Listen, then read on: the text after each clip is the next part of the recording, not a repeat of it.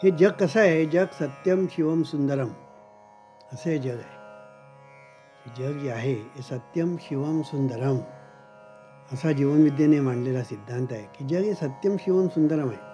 आपलं हे जे जीवन आहे हे जीवनसुद्धा सत्यम शिवम सुंदरम असं आहे की स्वानंदाचा उपभोग घेण्यासाठी निसर्ग देवतेने जी व्यवस्था केली त्या व्यवस्थेला जीवन असं म्हणतात. तर जीवनसुद्धा आपलं जे आहे हे सत्यम शिवम सुंदरम असं आहे. पण असं असून सुद्धा आज आपल्याला अनुभव जो येतो तो उलट येतो. हे जग सुंदर आहे असं म्हणता आपल्याला या जगामध्ये सर्वत्र रक्तपात, युद्ध, लढाया, भांडण, तंटे, बखेडे ह्या गोष्टी आपल्याला अनुभवायला येतात. मग याला सुंदर कसं म्हणणार? मला सांगायचा मुद्दा असा की जगामध्ये आनंद वाटता आनंद लुटण्यासाठी आपला जन्म आहे. पण प्रत्यक्षामध्ये आपण उलट करतो की आपण दुःख देता देता इतरांना स्वतः दुःखी होतो आणि इतरांनाही दुःखी करतो. हा आपल्याला अनुभव येतो. निर्माण हे असं का होतं हा प्रश्न निर्माण होतो की जगामध्ये असं का चाललेलं आहे. त्याचं कारण एकच आहे की माणूस कधी ह्याचा विचारच करत नाही. हे असं का चाललेलं आहे याचा विचार करत नाही. तो असं धरून चालतो की असंच होणार. तो असा धरून चालतो की असंच युगानुयुगे असंच चालणार हे तो गृहीत धरतो आणि त्याच्यावर उपाययोजना करण्याच्या ऐवजी तो त्याच्याकडे दुर्लक्ष करतो. त्याचं म्हणणे असंच होत राहणार. जीवनविद्येला मान्य नाही. जीवनविद्या असं म्हणते की जिथे परिणाम आहे तिथे कारणे असलीच पाहिजे. आणि म्हणून हा जो परिणाम आपल्याला जो दिसतो आहे त्याचं कारण एकच आहे, ते म्हणजे शहाणपणाचा अभाव. शहाणपणाचा अभाव जिथे जिथे असतो तिथे तिथे दुःख असतं आणि शहाणपणाचा प्रभाव जिथे जिथे असतो तिथे तिथे सुख, शांती, समाधान, आनंद असतो. एका घरामध्ये 10 माणसं आहेत. ही 10ही माणसं शहाणी आहेत. त्यांच्याजवळ शहाणपण आहे. त्या घरामध्ये सुख, शांती, समाधान, आनंद सर्व राहणार. पण ज्या घरामध्ये भरपूर पैसा आहे, भरपूर संपत्ती आहे, पण शहाणपणाचा अभाव आहे, त्या घरामध्ये भांडण, तंटे, बखेडे, कोर्ट कचऱ्या ह्या सगळ्या गोष्टी चालतात. हे आपल्याला अनुभवायला येतं. आणि म्हणून शहाणपणाला पर्याय नाही हा जीवनविद्येचा महत्त्वाचा सिद्धांत आहे. आणि गंमत अशी आहे की हे शहाणपण कुठेही दिलं जात नाही, कुठे शिकविलं जात नाही. त्याचं महत्त्व लोकांना समजलेलं नाही. शहाणपण नेमकं कशात आहे ते समजलं नाही आणि ह्याचे परिणाम आज आपल्याला भोगावे लागतात. म्हणून जीवनविद्याने असं सांगितलं की शहाणपण म्हणजे शुभनियती निर्माण करण्यात शहाणपण आहे. म्हणून तुम्ही शुभनियती निर्माण करा. पण शुभनियतीच्या पूर्वी नियती म्हणजे काय हा जेव्हा प्रश्न निर्माण झाला तेव्हा नियती ही माणूस स्वतःच्या कर्मातून निर्माण करत असतो आणि तो जी नियती निर्माण करतो ती त्याच्या सुखदुःखाला कारणीभूत ठरते. हा एक फार महत्त्वाचा सिद्धांत जीवनविद्येने मांडला. आता गंमत अशी आहे की माणूस 3 गोष्टी करत असतो. तो नेहमी विचार करतो, तो नेहमी उच्चार करतो, तो नेहमी इच्छा करतो, तो नेहमी आचार करतो. आता ह्या 4 गोष्टी आपण सतत करत असतो. विचार करणं, इच्छा करणं, उच्चार करणं आणि आचार करणं. ह्या 4 गोष्टी आपण सतत करत असतो. आणि हे करत असताना विशेषतः आपण जेव्हा विचार करतो तेव्हा आपल्या डोक्यामध्ये अनेक विचार चाललेले असतात. आपल्याला ठाऊक पण नसतं आपल्या डोक्यामध्ये विचार चाललेले आहेत. आपण बऱ्याचशा गोष्टी मनातल्या मनामध्ये इच्छा करत असतो. हे पाहिजे, ते पाहिजे, हे नको, ते नको. नको म्हणणं ही सुद्धा इच्छाच आहे. हे मला नाही पाहिजे असं म्हणतो आपण. आपण काय म्हणतो, हे मला नाही पाहिजे म्हणजे मला नको हे मला पाहिजे. कळलं की नाही? म्हणजे आपल्याला जे काही पाहिजे असतं आणि नको असतं हे आपण लक्षात ठेवलं. तर आपण ज्यावेळेला मनामध्ये इच्छा करतो त्यावेळेला इच्छा आपण जे करत असतो त्याच्यामध्ये आपल्याला काय पाहिजे काय नको हे सगळं चाललेलं असतं आणि हे मनातल्या मनात चाललेलं असतं. बोलतो आपण ते जनामध्ये बोलतो, मनात बोलतो आणि काहीतरी आपण करत असतो जीवनामध्ये. आणि म्हणून आपलं जीवन म्हणजे काय, आपण एकतर विचार करतो, इच्छा करतो, बोलतो किंवा काहीतरी आपण करतो, हे आपलं जीवन आहे. म्हणजे जीवनाचे खरं सांगायचं म्हणजे 4 भाग आहे आणि हे आपल्या जीवनात सतत चाललेलं असतं. जन्मल्यापासून मरेपर्यंत हे आपण सतत करत असतो. बोलतो काय, काहीतरी करतो काय, विचार करतो, इच्छा करतो, हे सगळं चाललेलं असतं आपल्या जीवनामध्ये. आता हे जे चाललेलं असतं ह्याला चलती का नाम गाडी म्हणतात. मी काय म्हणतो ते लक्षात आलं की नाही? हे जे चाललेलं असतं ना ह्याला चलती का नाम गाडी म्हणतात.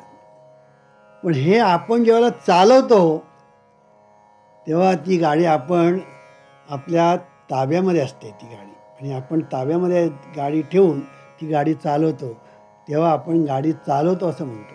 नाही तर गाडी चालते आहे, चलती का नाम गाडी. तसं आज आपली परिस्थितीमध्ये अशी आहे की विचार आपण करतो असं म्हणतो, प्रत्यक्षामध्ये विचार चाललेले असतात. इच्छा आपण करतो असं म्हणतो, म्हणून इच्छा आपण आपोआप आपले मनामध्ये चाललेले असतात. बोलताना सुद्धा आपण सावध नसतो, बोलताना सुद्धा आपण सहज काहीतरी बोलत असतो आणि करताना सुद्धा आपण विचारपूर्वक करत नाही. ह्या सगळ्या गोष्टी आपण जर पाहिल्या तर आपल्या ध्यानात येईल की आपल्या दुःखाचं मूळ नेमकं कुठे आहे. म्हणून विचार करताना शहाणपण पाहिजे, इच्छा करताना शहाणपण पाहिजे, बोलताना शहाणपण पाहिजे आणि करताना शहाणपण पाहिजे. हे चारही ठिकाणी शहाणपण पाहिजे. शहाणपणाचा जर अभाव असेल तर तुम्हाला सुखी करण्याचं सामर्थ्य प्रत्यक्ष परमेश्वराला पण नाही. आणि म्हणून सुखी होण्याचा एकच मार्ग म्हणजे शहाणपण मिळवणं. आज लोक पैशाच्या मागे आहेत. आज जो उठतो ना, पैसा पैसा पैसा पैसा, पैशाच्या द्वारे सत्ता मिळवायची, सत्तेच्या द्वारे पैसा मिळवायचा, आणि अशा तऱ्हेने पैसा पैसा करून आज लोक जो उठतो तो पैसा, जो उठतो तो पैशाच्या मागे लागलेला आहे. म्हणजे पैसा लोकांचा देव झालेला आहे. त्याचा परिणाम असा झालेला आहे की पैसा मर्यादित आणि माणसांची संख्या अमर्याद, आणि त्याच्यामुळे संघर्ष निर्माण होतो. मग काही लोकांकडे आहे रे आणि बहुतेक सगळे नाही रे असे जनतेमध्ये विभागणी होते, आहे रे आणि नाही रे, आणि ह्यांच्यामध्ये मग संघर्ष निर्माण होतो. सांगायचा मुद्दा असा की पैशाच्या मागे लागून कोणीही माणूस आतापर्यंत सुखी झालेला नाही. एक लक्षात ठेवायचं, जगामध्ये कोणीही माणूस पैसा, संपत्ती आणि सत्ता या तिन्हीच्या पाठीमागे लागणारी माणसं जगामध्ये कधीही सुखी झालेली नाहीत, आज सुखी नाहीत आणि याच्यापुढे सुखी होणार नाही. कारण सत्ता, संपत्ती आणि पैसा ही ज्यावेळेला मनुष्य स्वार्थासाठी वापरतो त्यावेळेला तो स्वतःच्या जीवनामध्ये अनर्थ निर्माण करतो, आणि सामाजिक जीवनामध्ये, राष्ट्रीय जीवनामध्ये तो अनर्थ निर्माण करतो. याच्या उलट सत्ता, संपत्ती आणि पैसा हा ज्या वेळेला लोकांच्या कल्याणासाठी, भल्यासाठी जेव्हा तो त्याचा वापर करतो त्यावेळेला तो स्वतः सुखी होतो, त्याचं कुटुंब सुखी होतं, समाज सुखी होतं, राष्ट्र सुखी होतं. पण ह्याला शहाणपण लागतं की आपल्या हातामध्ये आलेली सत्ता, आपल्या हातामध्ये आलेला पैसा, आपल्या हातामध्ये आलेली संपत्ती ह्याचा उपयोग आपण भल्यासाठी करायचं, इतरांच्या भल्यासाठी करायचं, इतरांच्या चांगल्यासाठी करायचं, ह्यालासुद्धा शहाणपण लागतं. आज हे शहाणपण नसल्यामुळे माणसं पैसा पैसा पैसा पैसा करत पैशाच्या पाठीमागे धावतात, पैसा खूप मिळवण्याचा प्रयत्न करतात, 7 पिढ्यांची कमाई करण्याचा प्रयत्न करतात, आणि त्याचा परिणाम एवढाच होतो की सगळ्या ज्या पुढल्या जनरेशन जे आहेत ते आळशी बनतात.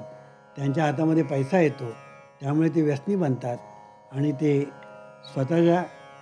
स्वतःच्या कुटुंबाला आणि समाजाला दुःख निर्माण करण्यात कारणीभूत ठरतात.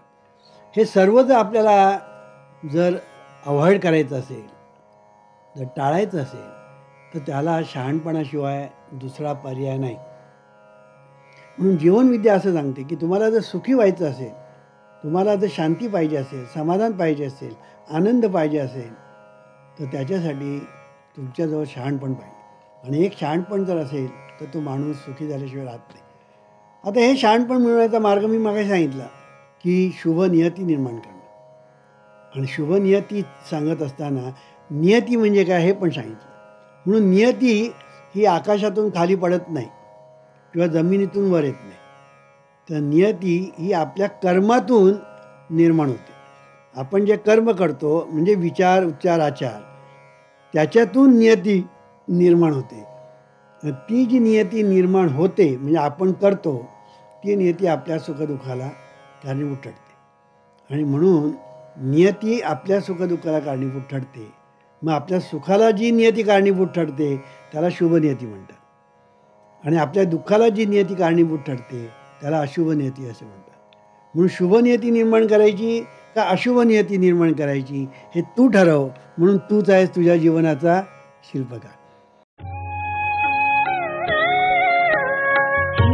ईश्वरा सर्वांना चांगली बुद्धी दे, आरोग्य दे, सर्वांना सुखात आनंदात ऐश्वर्यात ठेव. सर्वांचं भलं कर, कल्याण कर, रक्षण कर, आणि तुझे गोड नाम मुखात खंड राहू दे.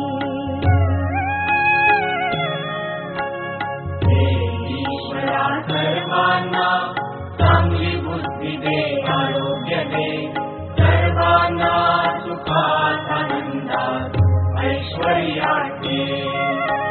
सर्वांचं